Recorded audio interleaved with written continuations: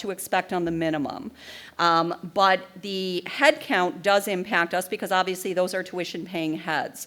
So from a budgeting standpoint in the fall, what took place was some very conservative budgeting, which is why people did not get their full budgets for the fall semester. There will be another allocation coming for the spring semester as we look at what spring numbers are currently doing. But a big part of that was some conservative budgeting to ensure that we stayed on target with what we budgeted overall for the year. And we didn't put too much out there in the fall, knowing that, and then really being in trouble in the spring, and we wouldn't have enough to cover expenses for what we needed to in the spring. So you should be seeing an update on this fairly soon as far as budget goes. So as far as spring enrollment goes, currently for spring head count, we are 139 heads above pace from last year over year, and which is about 3.42%, and FTE is about 48.21 year over year. So what exactly does that mean?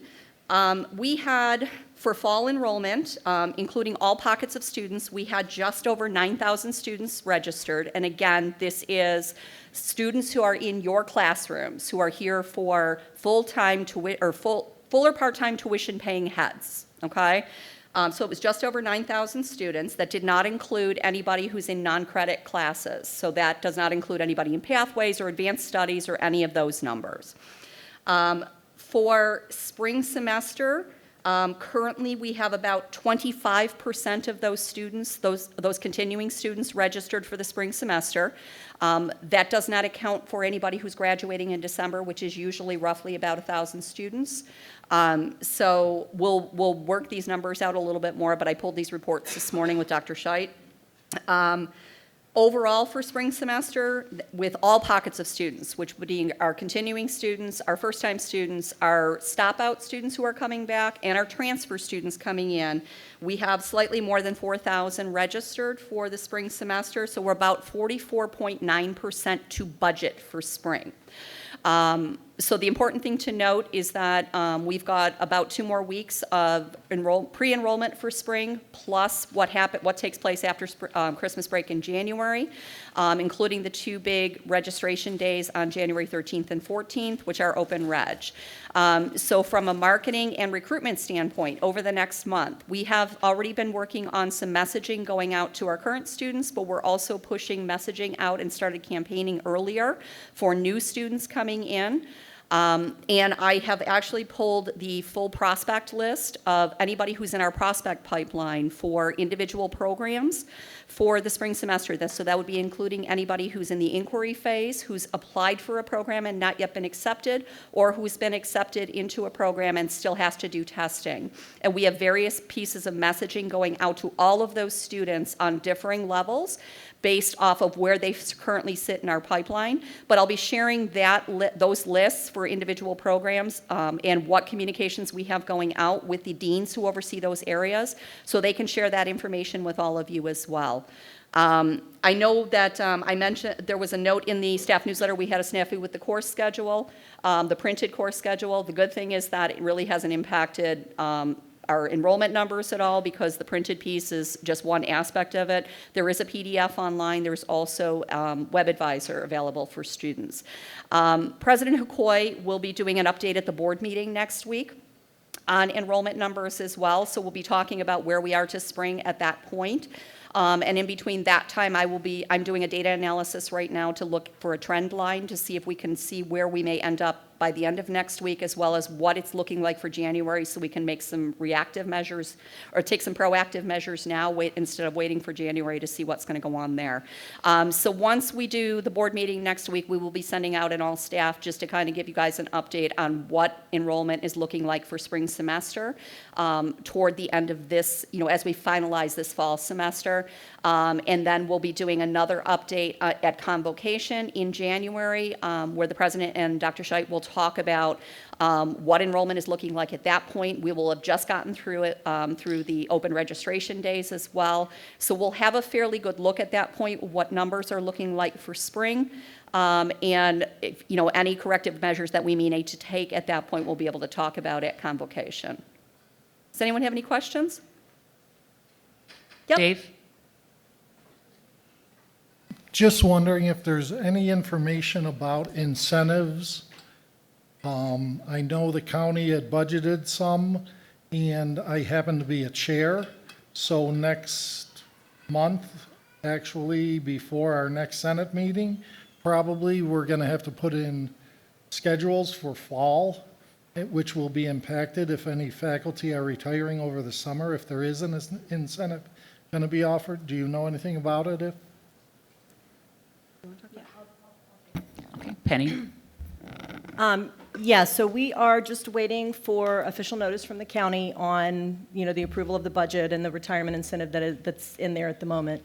Once we have that, I think we've got meetings with both unions over the next 2 weeks. We're going to be discussing kind of the proposal of how we would implement the retirement incentive, go ahead and give them the information so they can take a look at it, give us feedback, so that we can go ahead and get this in motion in January as soon as possible, so that you guys are as informed and we're able to do that plan to know what we are going to have to replace at the latest by February, March, hopefully. So whenever your AACC meeting, well, then it's on my calendar. I guess I will have whoever set the appointment up make sure that it got on your calendar. So I think ours is the 18th, I think. I'll make sure that that's taken care of. And then the FFECC, I think, is later this week. Mary, did you have a question? You were mentioning your marketing plans for the spring enrollment.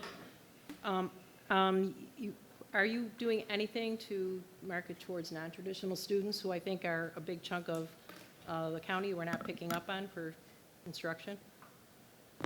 So we don't do every individual program because we have close to 90 individual programs, so we cannot market every single program to every single pocket of students. But as I've mentioned before, I do targeted clusters, and I've broken it down based off of our demographics that we have on the students at the college.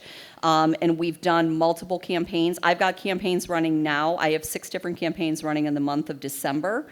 And going into January, those will be expanded as well. So yes, we are targeting non-traditional students, but we are looking specifically at what the labor market is looking like as well, and what age demographics are in the labor market is, in those particular areas. So I'm monitoring, every campaign I run, I monitor on a daily basis. So if we need to adjust, we can. But if there are particular areas, and I've been talking to a couple of the deans already, that we're light on, in particular for spring semester going in, we're doing a particular focus on a few areas, but I ask that you go through your dean to if you need a push for your program, because I can't have 83 programs call my office individually. But we're more than happy to take a look at what we're doing overall to see where we need to do a push. Great, thank you. Any other questions? So just on that, with the whole registration and trying to retain our students from fall to spring, every class I walk in and I ask my students, who's registered? Who's registered for the spring? Raise your hand. Okay, why aren't you registered yet? Do you need help registering? Every single class. So all of my seated students are either registered or graduating in December. So I think that if we all do that push for our students in our class, because it's very easy. Hey, who's registered? Do you know how to do it? Can I help you? Let me show you where your advisor is, all right? So that is something that, even though we aren't necessarily in marketing or we're not in the enrollment management office, but we do see our students face to face, almost every day, and we can give them that push. Okay. All right, so we're going to move into old business.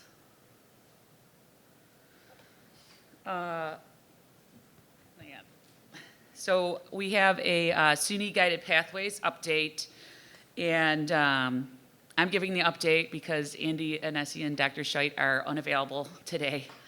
So there is a loss of momentum webinar that we're going to be pushing out on my email that I sent out on Thursday. And what the loss of momentum is not the loss of momentum of the college and our working through guided pathways. It's where we lose our students, what point during the semester we lose our students, and how to try and put things in place to stop that from happening. It's about an hour long, and I'm encouraging everybody to give it a view. If you got a free hour, I realize nobody has a free hour in the next 8 days, probably 12 days, but take a look. We're going to be putting it on, there's a Guided Pathways, my ECC page now. So all of the different documents and webinars and all the information that we're getting through SUNY is going to be posted there in one particular space. So you don't have to worry about going into different College Senate meetings to find one particular item. So it'll all be up there. It's a little bare bones right now because I think it's about 3 days old. But so we're working on it. We're going to be putting like a FAQ in there and all the documents and all the webinars.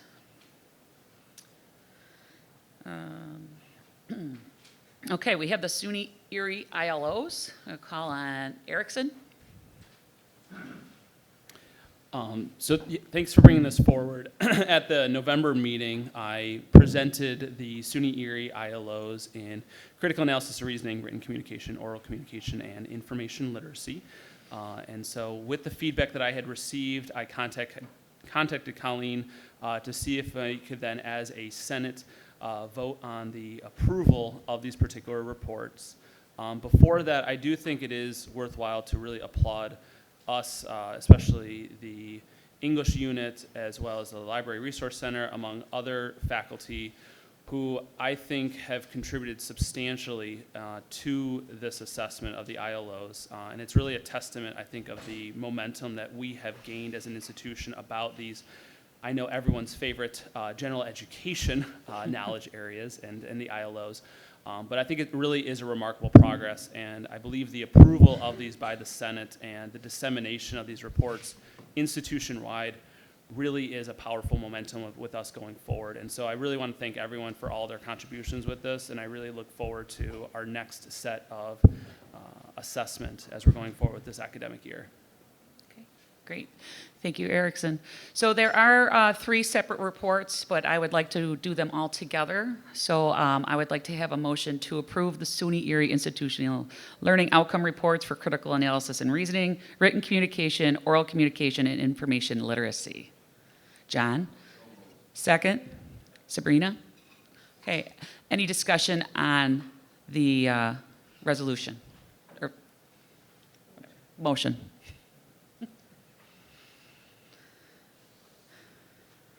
Okay, well, with that, all in favor? And remember, we're raising our cards. Thank you.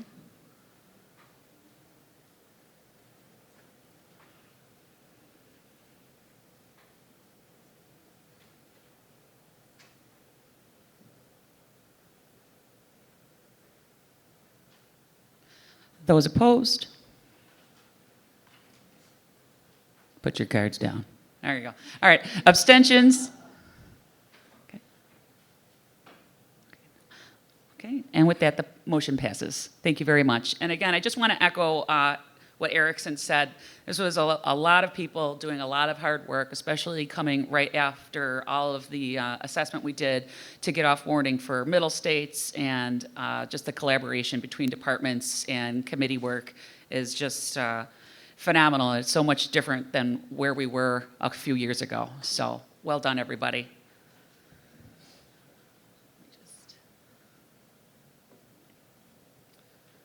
Okay, so next up is the Board of Trustees policy on individual instruction. That's been on the agenda for a while, and we're finally ready to talk about it. So let me pull it up. No.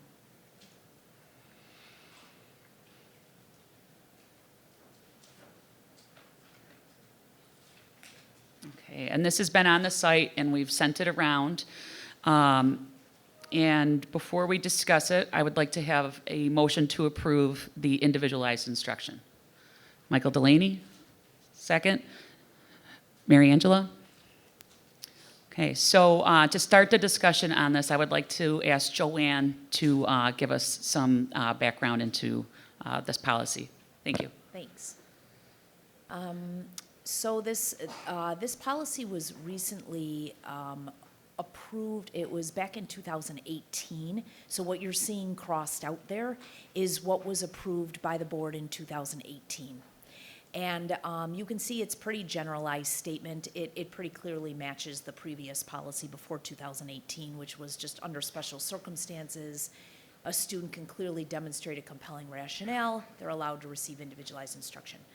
The policy committee and the deans decided to re-tackle this policy because we had a lot of individualized instruction requests that came through on or around fall of 18.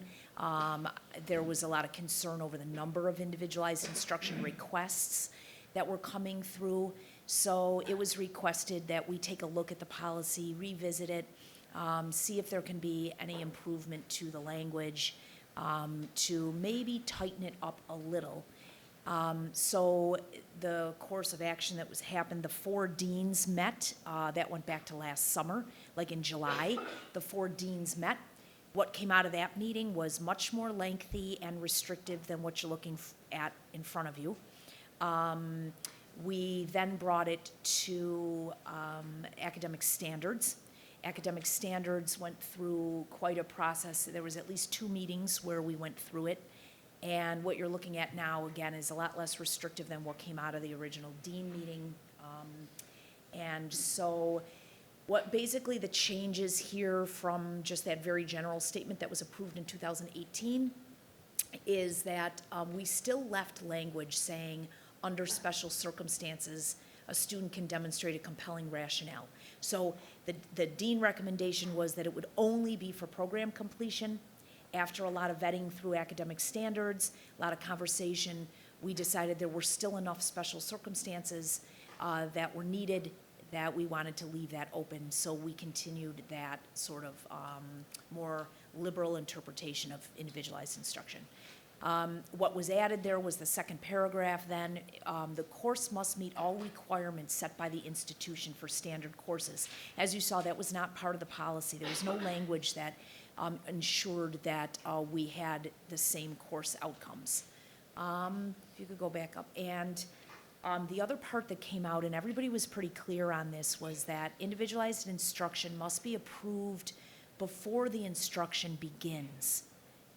The practice has been that individualized instruction would start, then it would come around to the dean. We would question why we needed to do this, or maybe it wasn't the best thing. And the answer back would be, oh my God, the faculty member's already been working with this student for like 3 weeks. And so we'd be kind of compelled to approve it. So everyone was on board that it would have to be approved before it started. Those are the 2 main differences. Then we have a new form for approval. And there's a lot of signatures on this. If you scroll a little bit down, there's a couple of signatures here. This went around and around and around academic standards, but basically what was decided is that the chair of the course needs to know, because courses are supposed to be given according to certain contractual requirements, and department chairs should know what the faculty in their departments are teaching. And then both deans, if they're different, should know about it. And I don't want to get into specifics about that, but there were some situations where some faculty were teaching and their dean didn't know, only the dean of the program. So anyway, that's why we added some signatures. So I'll stop talking and then see Okay, questions. great. Thank you. Does anybody have any questions or comments on the individualized instruction? Greg? So this study was, or this revision was prompted because we were having too many individualized instruction? I guess I There don't was- like the reason. Yeah, there was we had a lot of them. There was a lot of new deans that started in 2018, 2017 and 18, and so us as new deans were questioning quite a bit of the practice for individualized instruction. So there was a lot of conversation about why individualized instruction was being used in certain situations, and then from administration, from a budgeting standpoint, it was questioned why there were so many. I don't know.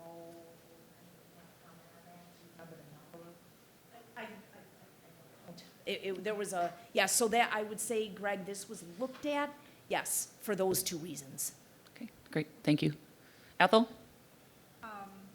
What do you mean by another modality? Obtain credit for the course through another modality. Could you clarify that?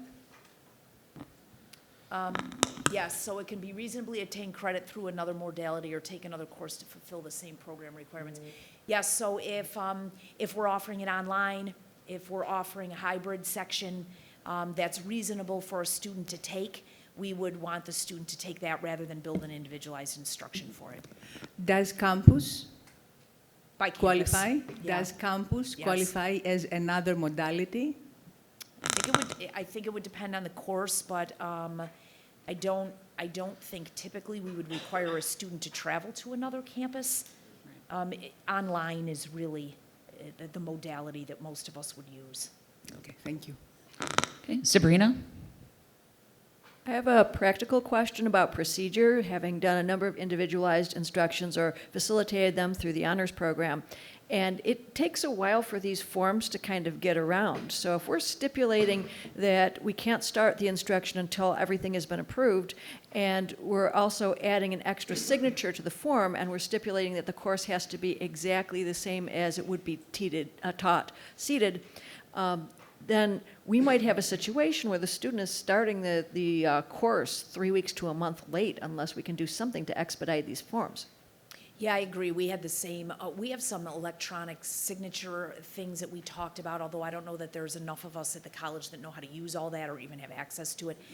Is that we may want to start to use some of that electronic thing. The other thing is scanning the forms and emailing them to the various people instead of using our wonderful interoffice mail just as a logistical thing. If it can be emailed and signed and then emailed back scanning.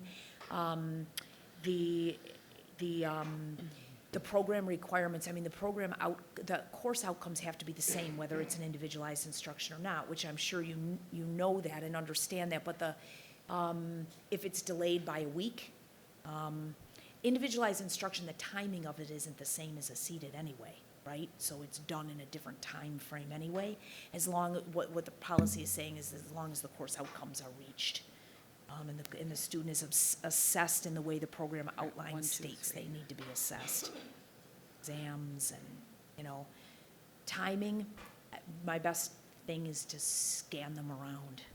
It's not great, but we've had situations where the individualized instruction was going to be denied for good reason, and the teacher was already teaching it. And that isn't good practice to start something if it's before it's approved.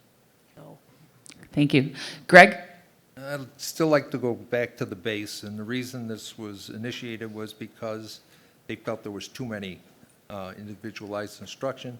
So then the purpose is to cut down the number, which means the students won't get their chance to graduate until another semester. So is one of the objectives to keep them here another semester, or is one of the objectives for them to take an online course at NCCC or somebody that offers it, and then transfer to ECC? I think the intent was to ensure that students meet all of their requirements, especially if they are going to impact their graduation. I think the intent is that if there's a course being offered by another teacher, perhaps, they should take that if they have preference. Like, there's a lot of different reasons that sometimes students ask, and we need to make sure that they are, the right reasons. Mary? First, I want to contend that individualized courses are not always taught different than the regular courses, especially as far as scheduling. I've done several individualized instructions. I never do it for less than 3 students in the course, and they always go exactly as they would have gone on the regular class schedule, and I've changed nothing. It's as though they're not even being done individualized instruction. So I think there's some presumptions out there about that it's only one student in a course, that it's kind of like the student's given assignments and there's no real solid class going on. I think there's a lot of preconceptions about, at least for, that I'm seeing about it, and I just want to clarify that. Thank you. Derek? I observed that we used to use, when we had seated summertime schedule, we used to use individualized instruction to take care of the casualties when we canceled summertime seated classes. So if you have, I don't know, 3 or 4 students and it wasn't enough to run the class, we would offer them individualized instruction so they could keep on. So this looks like it's flexible enough to deal with that. We, like I said, the original was like, we only want to offer it when they need it for program completion, and that, there was pushback from that, and I actually agree with it, because this does allow for special circumstances, and we do use individualized instruction to heal some wounds after canceled courses. Yes, we do. We don't want to use them always, and we don't want to always use that as an option, and if there is another modality, if they can take it online, we would try that, but we did purposely leave this open enough so that we can use it for that if we have to. There was talk about making this only for matriculated students. That went around and around academic standards, and that it would only be for matriculated to finish program completion, and the group decided that that was too restrictive, that we want to leave it open for non-matriculated as well, so. Thank you. Bill? So the last 3 items under student, it says I understand, but it says check all that apply. Does that mean it's optional for them to understand those lines, or are we requiring them to? Yeah, that's a good point. Yeah, we should probably check, we should probably put a line through that. This is going to the policy committee on Friday morning, and Kate Masiello is the chair of that, and she catches everything like that. So we will, I will put a line through that. Yeah, we'll put a strike through that. Right. And the important thing is that we're not voting on the form. This is just, This is the appendix. This is the to appendix. it. But that's a But it great is point, part Bill. of it. Thank you. And not an English teacher. Way to go, physics. I miss that stuff all the time. Go math. Mary? Yeah, no, that's true. Just one last question. As Derek brought up, individualized instruction is often used if a class is going to get canceled, and that's the only time I've ever used it. So that, because I'm the only one that offers the section at the campus, there is no online, so blah, blah, blah. But if we're not finding out about class cancellations until 3 or 4 days ahead, even if we email this form around, it's not going to, first off, you're not even going to see the students. So this is not going to happen in a timely fashion. There's got to be some kind of a flexibility on people that are doing it to prevent class cancellations.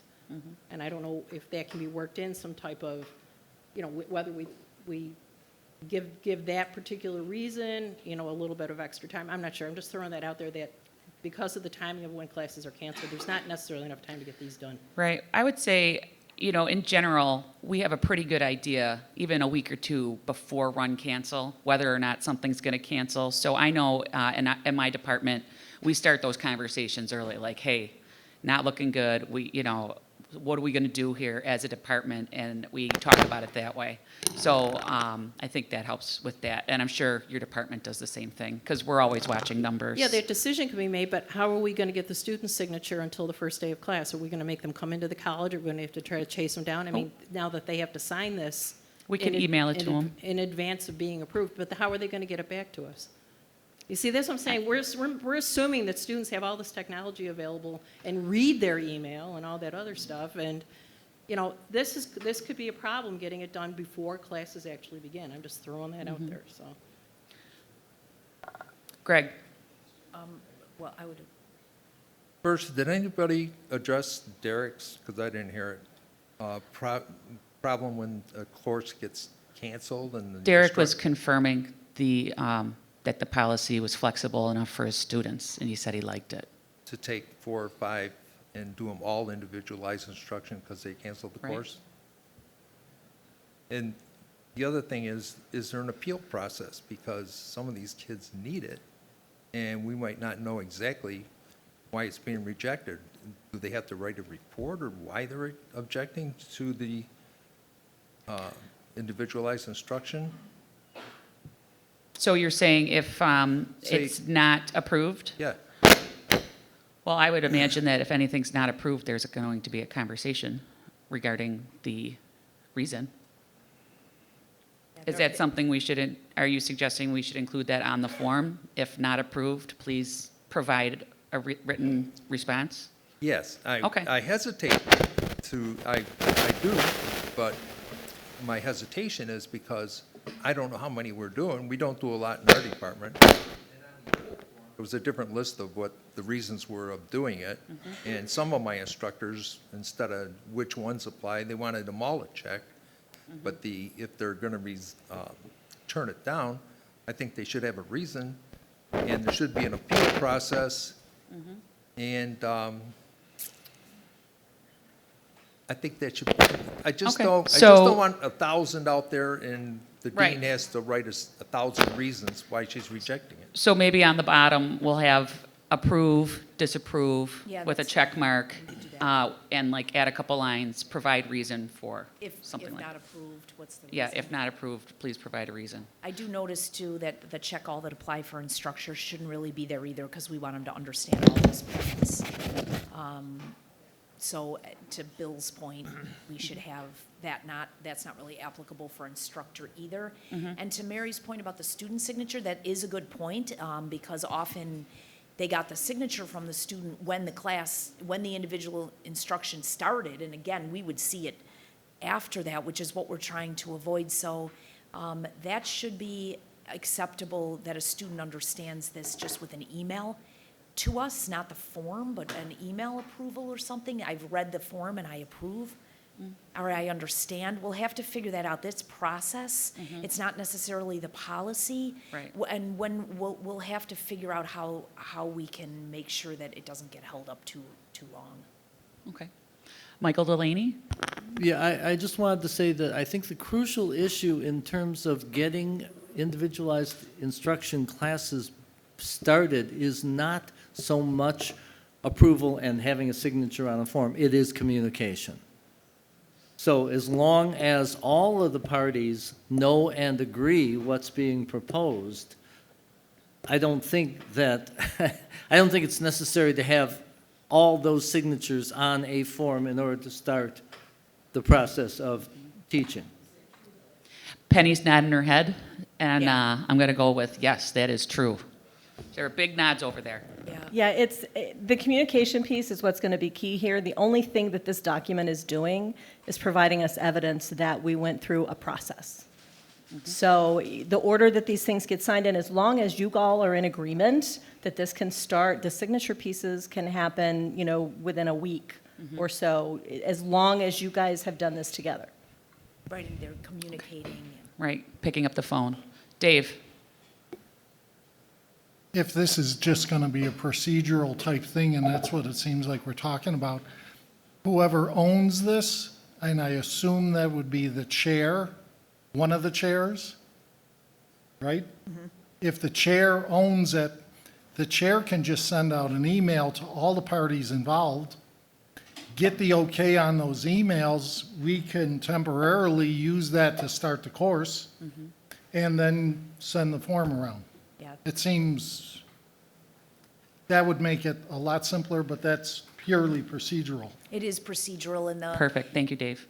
we go through that all the time in the policy meetings, is what's policy and what's procedure. And every time we pass a policy, then there's the procedure that comes after and how we implement it. But yeah, you're right, the chair kind of owns it. The chair sort of owns it now.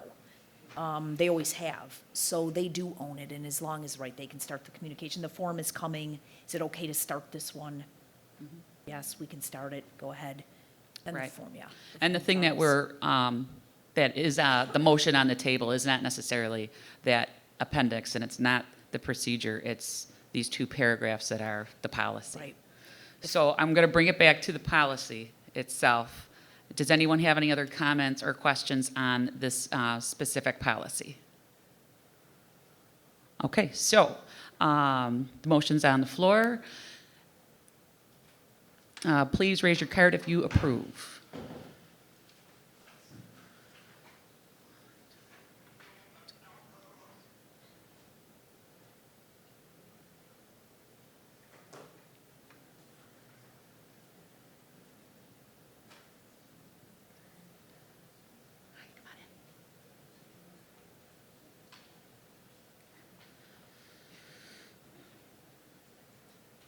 Those who do, oh, go ahead, put them down. Those that do not approve?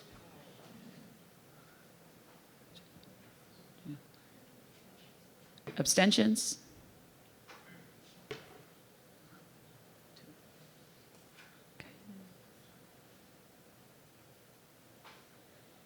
Okay, and the motion passes.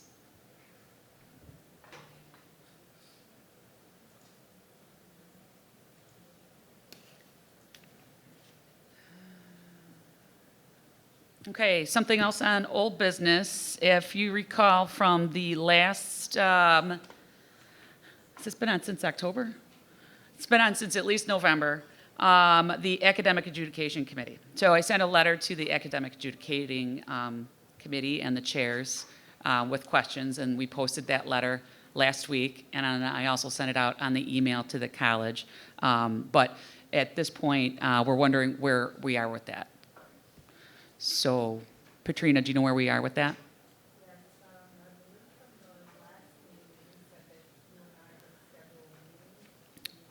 Right, and I emailed you and asked you when you were available to meet with the executive committee.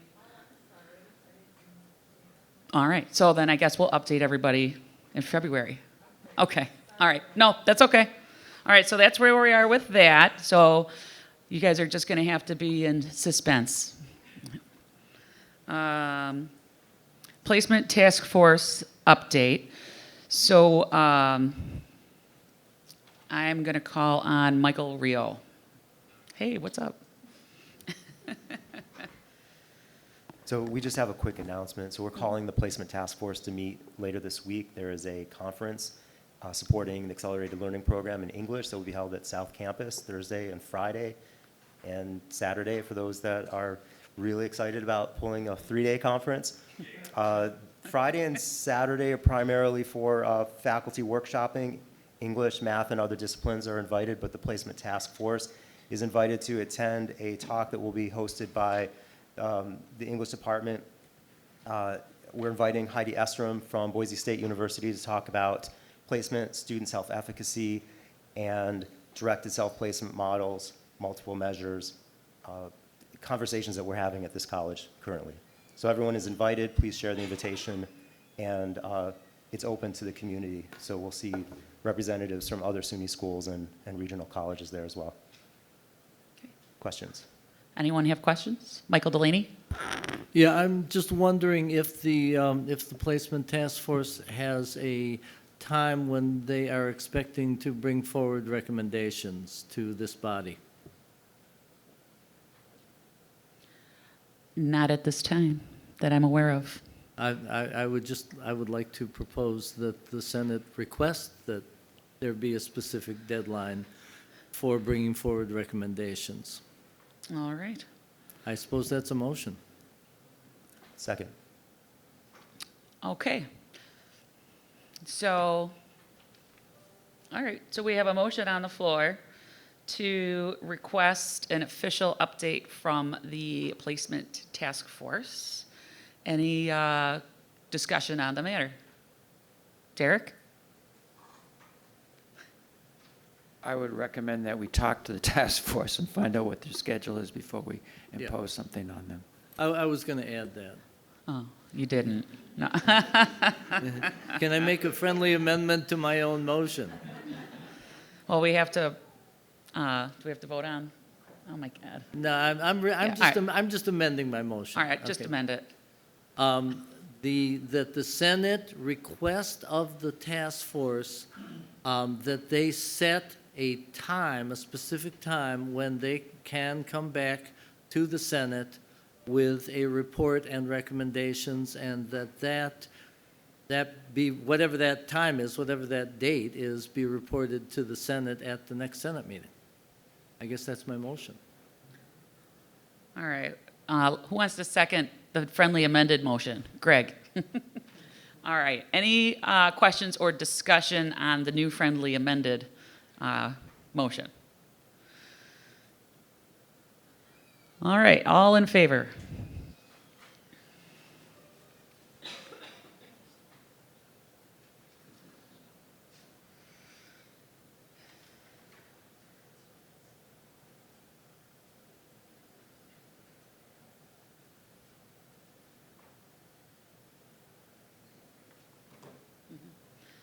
Okay, you put your cards down. Those opposed?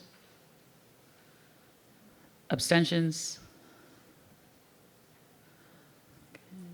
And the motion passes. All right, so Michael, I would like to nominate you to send out that request.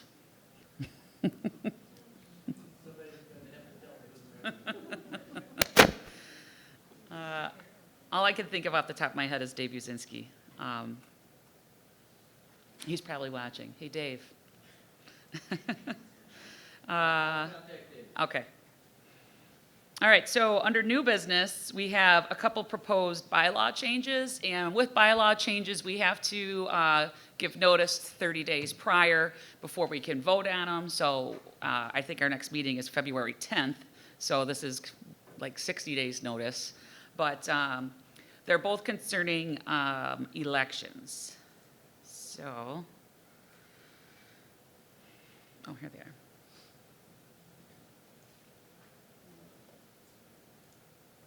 All right, so this is the first bylaw change, and it came from the governance committee. So, Tom or Michael, would you like to discuss it? All right, Michael Rio. So these are, I mean, if you read the proposed changes, they're pretty self-explanatory. We're trying to streamline elections, increase participation, and facilitate some sort of a electronic system for counting ballots and reporting in a more timely fashion back to the Senate. Okay. Great, thank you.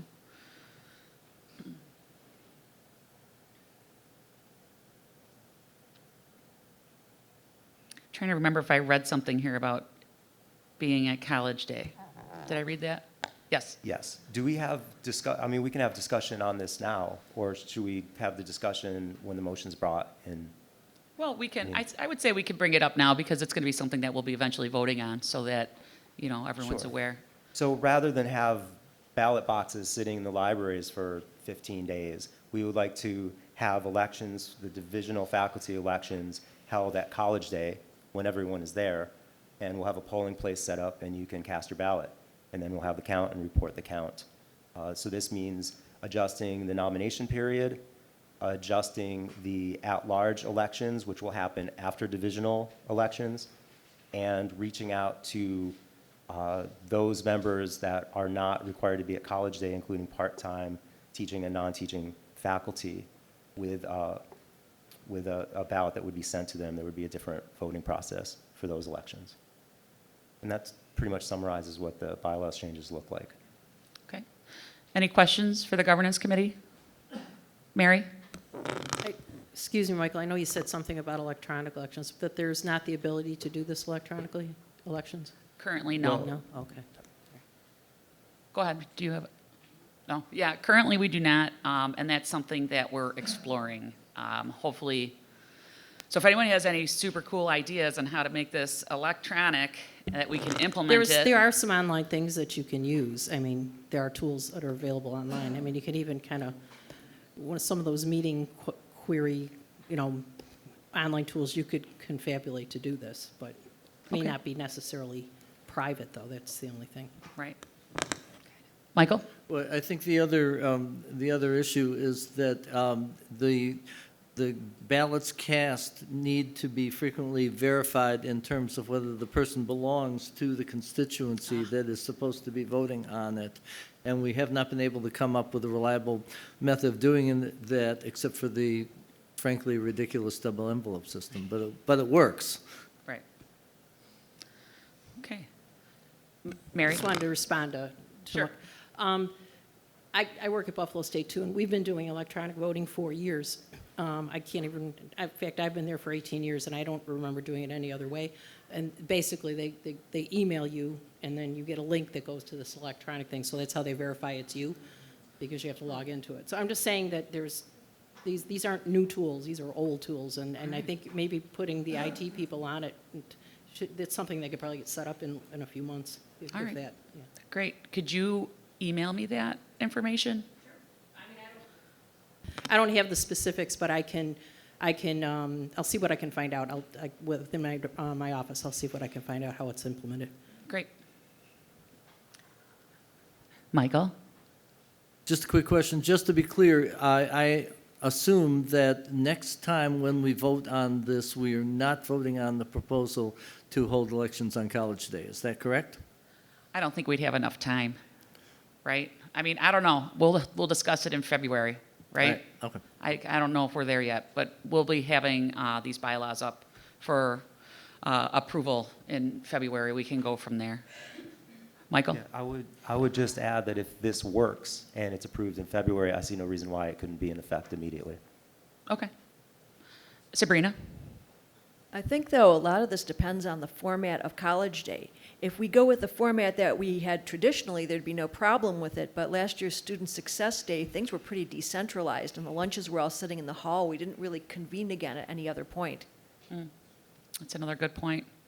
Well, I think that will all be good for discussion in February, because once the February meeting comes, we should have a better idea of what the format of College Day is going to be, and maybe we'll have some exploration into electronic tools by then. So we got quite a bit between now and the next February meeting that maybe we'll have more answers to those questions, but that's a very fair point.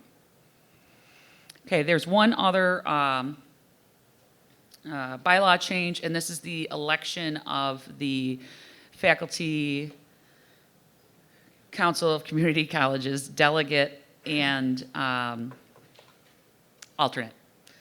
So traditionally, FFECC was in charge of this election, and we spoke with the union and Andy and felt that at the time we didn't have a Senate.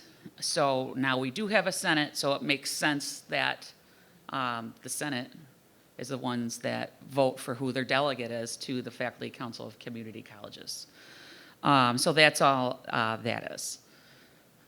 And so it's additional writing. It's here in red. Does anyone have any questions about this bylaw change? Okay, so we'll look forward to February going over those. And if, Michael? Just a clarification, I don't know if there is language left out, but the intention is that the election be among all of the, it's not just a vote by the Senate. Okay. Just for clarification, the intention is to be a vote by the entire body of, eligible people, I imagine. Full-time FFECC members. Oh, here we go. Okay. Yep. There The it is. FCCC delegate must be a full-time FFECC member and will be elected by FFECC members. Any and all, including part-time, yeah. Right, any and all, including part-time. Okay, Alonda? But you, I'm like, you picked a poor spot.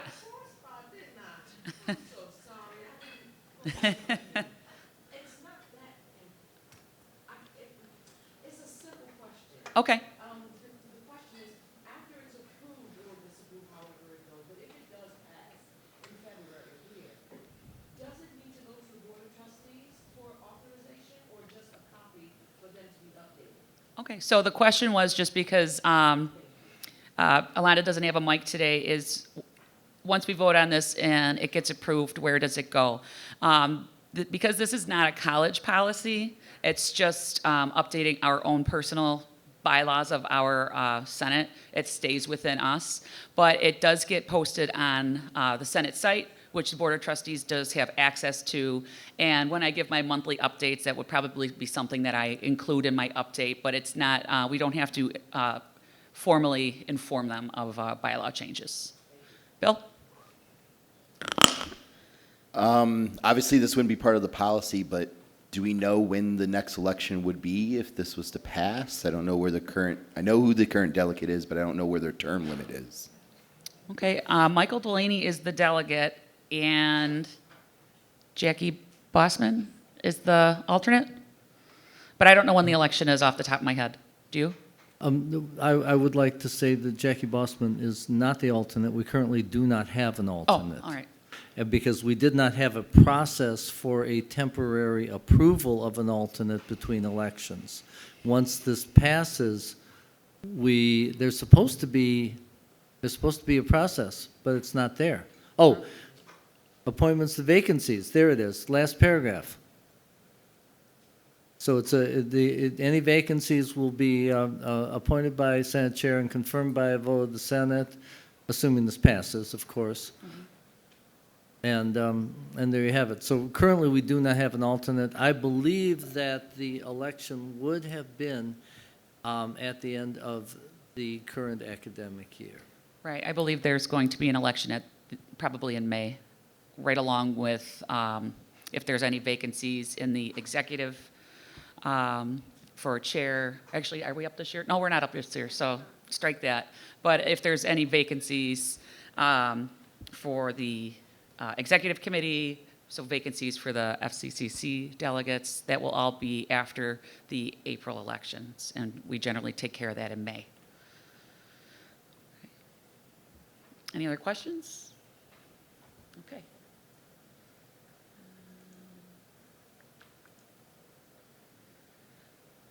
Okay, so we have a resolution on course scheduling. And, oh, Jason's not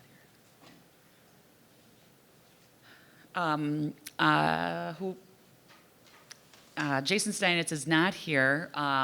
This came from the Faculty Council of Community College, or no, it didn't. It came from the faculty chair retreat, is I believe where it started.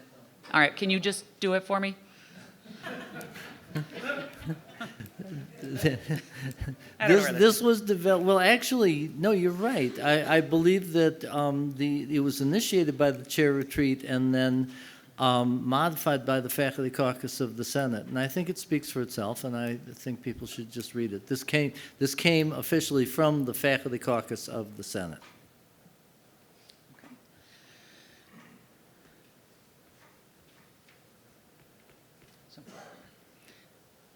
So I know everyone there can read. I'll go through. I was not at the chair retreat where this was developed, but this is a response to the current lean schedule process that is happening for the spring semester and adding sections later based on student demand and concerns that chairs and faculty have regarding this new process. I don't know, do you want me to read it? Should I read it? It's really long. I'll just highlight a few things. Yeah, do the resolves. So one of the things was whereas the strategy is unlikely to work because of the difficulty of staffing late courses with faculty members, either full or part-time, and the difficulty of informing students about newly created sections at a late date. They'll also not be in the book, likely to result in the loss of valuable adjuncts who will seek employment. And I know that came about because adjuncts, if they adjunct here, they also adjunct in other places, and if their courses are less here, then they will find employment elsewhere. So let me scroll to the resolved. So this resolution is looking for a clear and consistent set of protocols and guidelines. Any issues that might impact FFECC contract has to be vetted by FFECC with the guidelines presented here. Future changes in scheduling protocols are desired by SUNY Erie administration be vetted and approved through the same process. In the future, specific course enrollment data be provided to all academic departments in a timely fashion before course schedules are due for submission. Resolved that immediately there be conversations between academic departments and administration about a process to schedule additional class sections in the spring 2020 to better serve students as described above. And resolved that as soon as possible, SUNY Erie administration share reliable and detailed current enrollment statistics and scheduling committees, department chairs, and the community college for transparency. So the good thing is that last resolve was taken care of at the beginning of the meeting. So that is the resolution.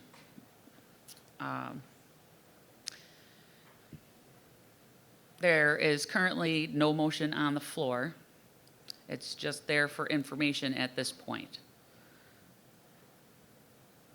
Does anybody want to make a motion in any way? Cooper? Make a motion to approve this resolution. Okay. So the motion on the floor is to approve this resolution. Anyone like to second it? Derek, thank you. Okay, so discussion on the motion. And before we start the discussion, I know Dr. Scheit was hoping to participate in this discussion as well, but he's not here. So, Joanne? Colleen, could you bring the resolutions up again on the screen? I'm trying to find it on, okay, thank you.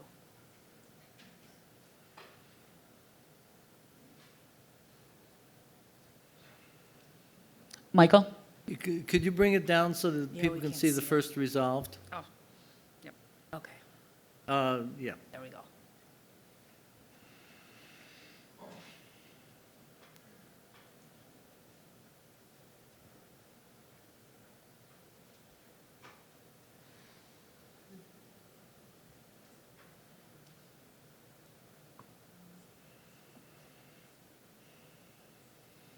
Greg?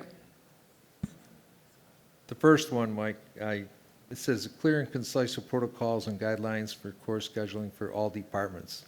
I don't think all departments can have a set of rules that apply to all departments. I'm in technology, so I can see where some of these things, we are a late registration college. When registration stops, we still have students walking in the door. I don't know if we should turn them away or open another section. I don't know what the protocol is going to be. Michael? The intent of that sentence was not a single set of protocols that applies to all departments. That was not the intent. Yeah,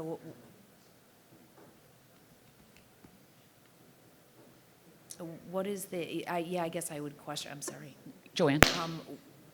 I would want a little more information on the intent of what is being looked for there. If it's not for all departments, a clear and consistent set of protocols. I don't know if anybody can speak on it that was involved in the writing of this, that they were hoping to see. Okay. Bill? I think part of the intent there, though, is to not look at it as this thing that's narrowed down to a very specific date and timeline. It's to have an idea as a whole. When are we canceling courses? What is this limit of how many students we can have in a course? Those sorts of things. That could be more general for everybody, not numbers or... Mary? I think the first resolve was kind of involved just the kind of almost unilateral decision to cut classes this particular semester, and that there was no discussion ahead of time. And I think that's what this is trying to address. Maybe we can rewrite this a little bit better to make the idea is that there's a conversation before classes are cut, that kind of thing. Okay.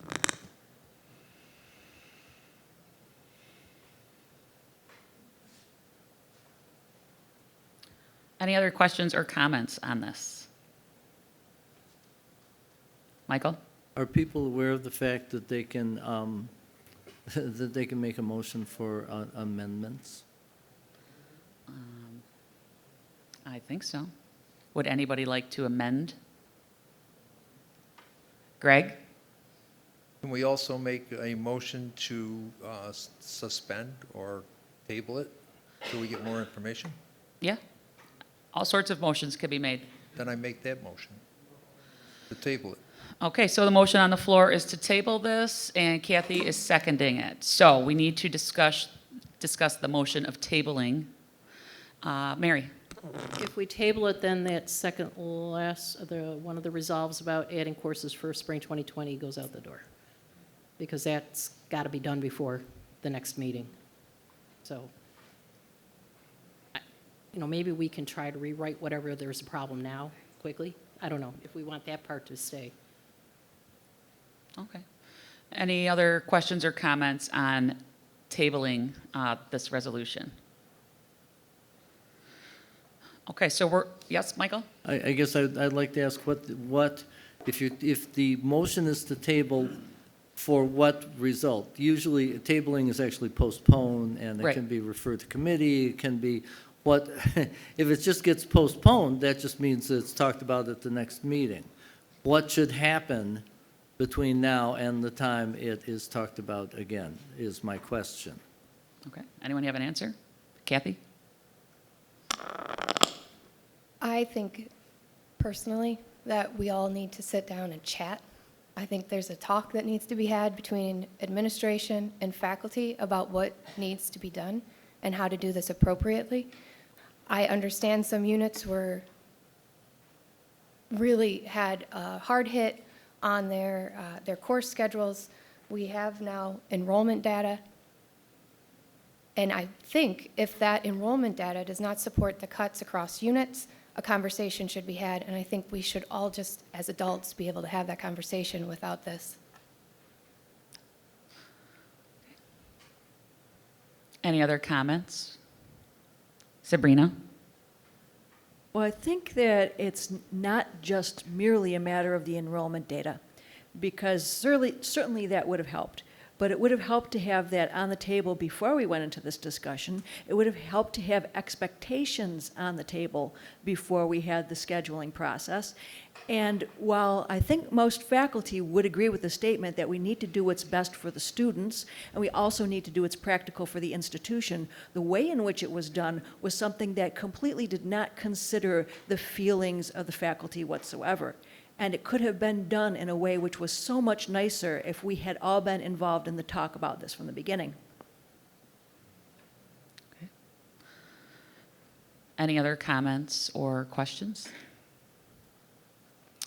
Okay, so Marianne? Yeah, you do. Sorry.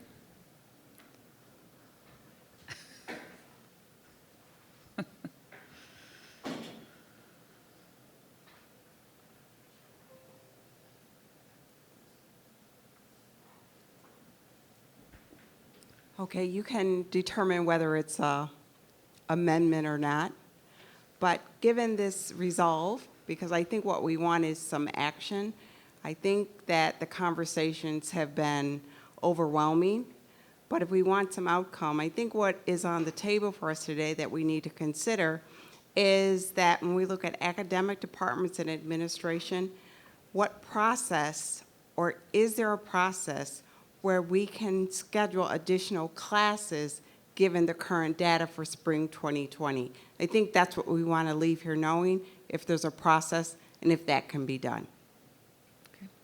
Thank you, Marianne. Michael? I could make a suggestion about that. We have a motion on the table. We have to vote on it. Right. Okay, that is postponed. There's no specificity as to what's supposed to happen before it comes up again, but what Marianne is saying, after we vote on the current motion, could be a separate motion. Okay. Does that make sense to everybody? All right, so Kathy? I would question, I guess, what specificity we need to have to discuss tabling it. If conversations between deans and departments aren't happening, maybe that needs to be written in here. But that would be my proposal. If we table it, discussions between deans and faculty need to take place. And if the provost needs to step in, then that needs to be done. And that's really how these have been done in the past. Maybe we haven't had an issue where we've had to cut this extremely. But I have a real issue with this resolution in particular because I think it's an us versus them. And I don't like that message at all. Thank you, Kathy. John? Is the current motion a motion to table it? That's the To current motion? postpone, yeah, that's the current motion that we're talking about. Thank Is to you. postpone this resolution on course scheduling. Thank you. Okay. Any other comments, questions? Greg? Then I'd like to amend my motion. You can't until we vote on it. Oh, okay. It's already on the He floor. wanted specificity, so I think we should have the discussion. There Okay. should be a meeting. All right, so we'll vote on it and then move into what Marianne and Kathy suggested with what needs to be done going forward. All right, so motion on the table is to postpone this resolution. All in favor?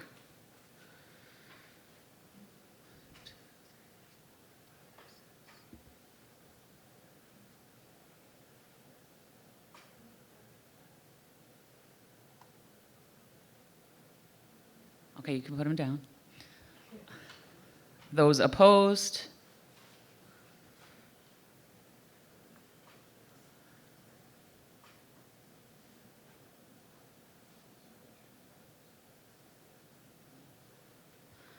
Okay, and those that abstain? 6, 7. Okay, so the motion fails.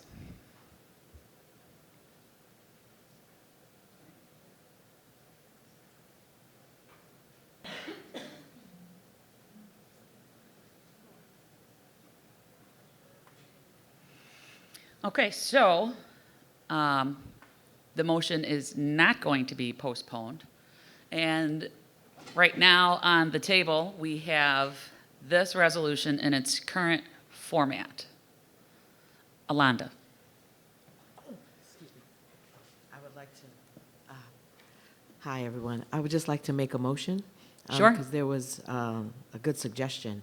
Is there a possibility for it to be tabled for an emergency meeting and then responded to via email, voted via email? So having the emergency meeting within like a week, and then based on the resolve, vote on the resolution that's before us. I don't know. So it's so. So you'd like to make a motion to table? So the motion to table. Discuss. With a discussion, and then a response, meaning a vote, because from the discussion, whomever needs to be there, they're going to come to a resolve, and then that resolve gets voted on. Okay. Did that make sense? Michael? Alonda, I'd just like to say that I like the spirit of that motion, but I think unfortunately the Senate doesn't have a The luxury. method, anything in its bylaws that allow for a electronic vote. I see. And typically, if an organization has an electronic vote, you have to say that it's possible in the bylaws. You can't do things that are outside of the bylaws. Understood. But that might be something to look for in the future with adjusting the bylaws to try and. Now, is it your bylaws here, or is it the FCC's actual bylaws? Our bylaws. Oh, it's this. Right, it's oh, our I organization's understand. bylaws. Understood. Okay, thank you. Sure, no problem. Thank you. Mary? Okay, I think, Greg, and you can correct me if this is wrong, you had an issue with the first result. Can we rewrite that in a way that would satisfy your concerns? I mean, and what is it a matter of saying a clear and consistent set of protocols and guidelines for course scheduling be developed for each department versus all, so it doesn't sound like they're, one blanket?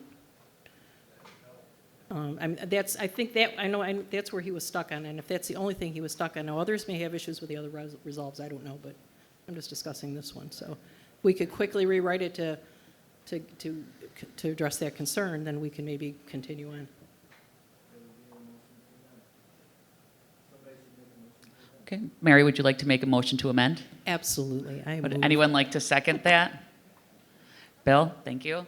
And any discussion on the motion to amend? All right, no discussion, the motion passes. It is 3:49. All right, so the suggestion for amending is, actually, we're allowed to do that also if there's no discussion. I'm not making that up. That is in the bylaws. It is part of Robert's rules. Well, right, there's no there was no response, so we're good. All right, so the first amendment was to change that to with, and because it's a general amending motion, would anyone like to add any other? Oh, each. All right.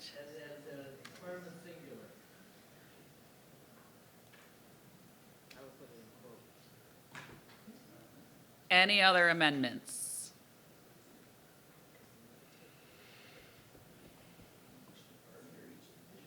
Each.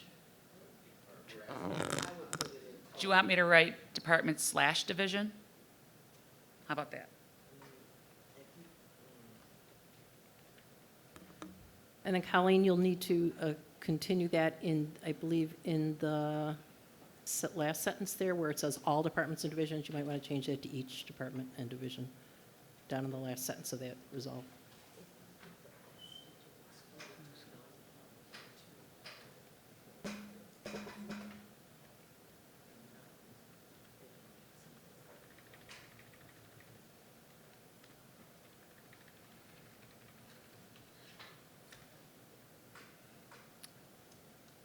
Anything else?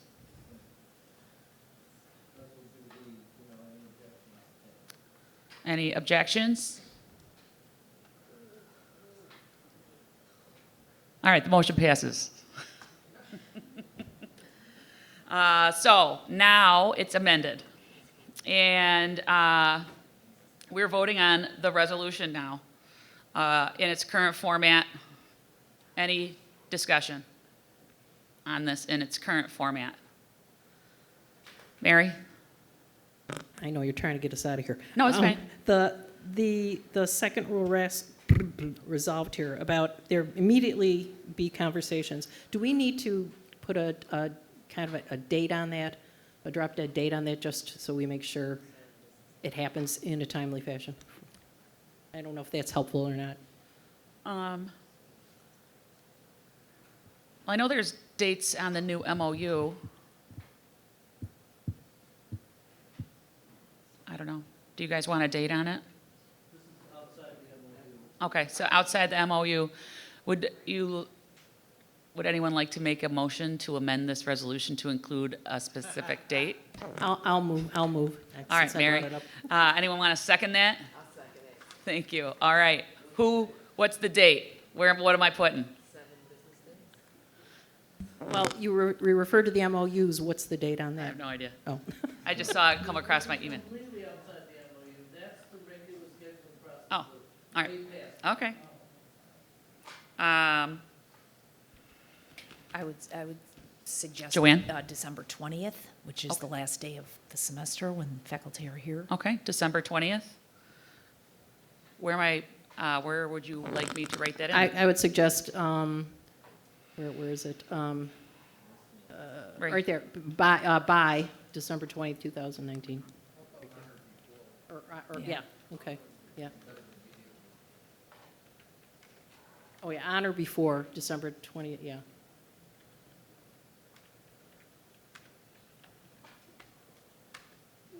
And then get rid of that immediately, just start where there be. Okay. I have another comment on that. They were saying that conversations need to happen on or before December 20th about a process. I would just say conversations about adding courses. I don't know, I mean, because On the process of amending the spring schedule? Yeah, Or, because I you're don't know. talking about a process there rather than adding courses. So what that's saying is that the conversations would be about a process rather than a conversation would be about adding courses. About a process. So you're just, Yeah. Right, so she's saying that we be specific, it can't just be like, hey, what are you doing for Christmas? Right? Well, no, well, that's Like, you always gotta have nice, real but- conversations? No, what that last resolve sounds to me like it's saying is that the conversation has to happen just about a process, not about actually scheduling the classes. Just get rid of about a process and just say to schedule To class schedule sections. yeah. classes. See what I mean? Yeah. You know. Get- Yeah, there you go. My bifocals are in the shop. I'm having a really hard time seeing. Yay, 40. Okay, so, any objection? Change that in the spring for the spring, so they don't think that the additional class sections are going to be scheduled in the spring, but for the spring. There you go. All right. Any objections about the amendment of this resolve? Oh, no objections. All right, this amendment passes. All right, so now we're looking at the new amended resolution. And that motion is on the floor. Anything else? Chris? I just want to echo what Kathy said about the toxicity of an antagonistic relationship between faculty and administration. Like, that can be a really ugly thing. For my part, I like the comfort factor of seeing this language on paper, and I'm not positive what's happening to it, but a lot of us are feeling a lot of anxiety about that antagonistic relationship. I'm not a props guy. I shouldn't have this with me, but I've been carrying it for the last 2 months. And this started with the scheduling debacle, and then we got to general studies advising, and kind of it seems like every single maneuver adds to the chaos, which ultimately can be stressful for us, but is going to guarantee trouble with students sticking with it. Every new air pocket in the pipeline means we're going to lose students. So I like to see it in writing, and I'm happy with it. Okay. Thank you, Chris. Any other discussion on the motion for this resolution on course scheduling? All in favor of passing this, right? All in favor of passing?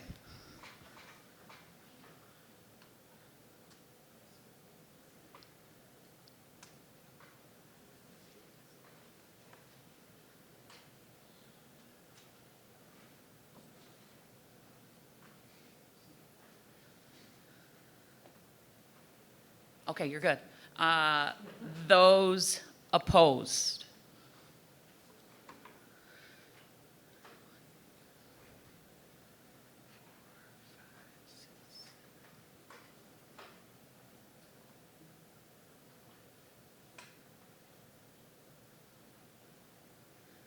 Okay, abstentions?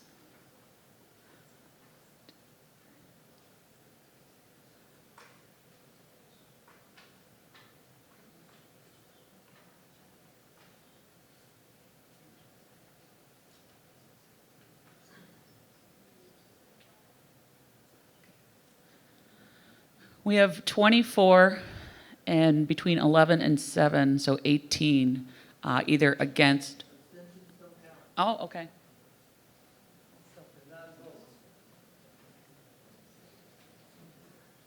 It's not 2/3. So the resolution fails. I don't know, isn't that the rule? Oh, what's the rule? Majority? Hang on. Hang on a second. All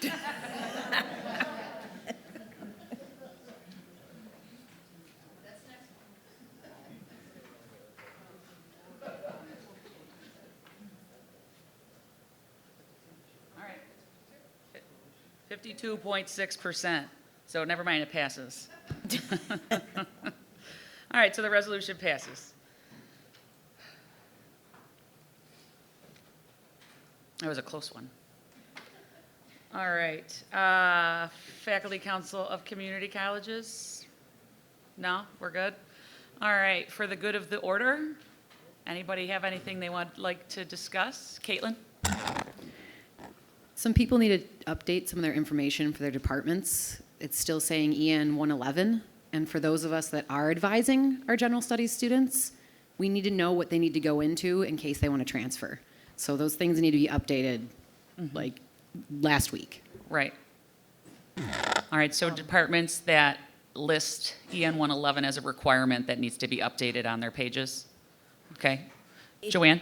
It should be updated in the catalog for spring. So the spring 20 catalog, my understanding is it was, for those departments that wasn't done, it was globally done. So I think the frustration is with the guide sheets. And that, so we all look at so many different sources for information when we're advising. The guide sheets, the curriculum flyers, those are not real reliable. My thought is, as of for spring, the catalog has been updated universally for for English. So when you're advising students, I wouldn't recommend using the curriculum flyers anymore. Just use the catalog. Okay. Erica wanted to add on? If you're updating your department, it doesn't matter to English whether you'll accept 101 or 102. We need to know how many sections of 101 and 102 are needed when we're doing scheduling. So your department can accept 101 or 102 for graduation. That's totally your call as a department. But in the future, when we're asking you what you're accepting, we need to know for scheduling because the two classes are not necessarily totally compatible in that sense. So I just wanted to add that. That's a whole new wrinkle to the new composition sequence. Thank you, Erica. Bill? How can we make sure you're getting that data? Well, we send a general email out to department chairs and departments. I know we do that with the math department, and we just hope people respond. Sometimes we knock on their door. Sometimes we pick up the phone. I don't, Brian does. Thank you, Brian. Greg? One of the things that I consistently run into is the financial aid. If it's not on the degree audit, they're not going to get financial aid. Thank you. That's another very good point. All right. John Dana. Motion to adjourn. I'm just going to trump you on that. And everybody, I didn't mean to use that word. Oh my gosh. Well, anyway. Yeah. So 8 days. Keep doing what you're doing. You're all doing an amazing job. Your students are doing an amazing job. Ask them if they're registered for next semester tomorrow, and if not, show them how to do it, please. Have a wonderful break. I hope that if you're stuck in grading jail, you have coffee and snacks. Have a great rest of the year, everyone.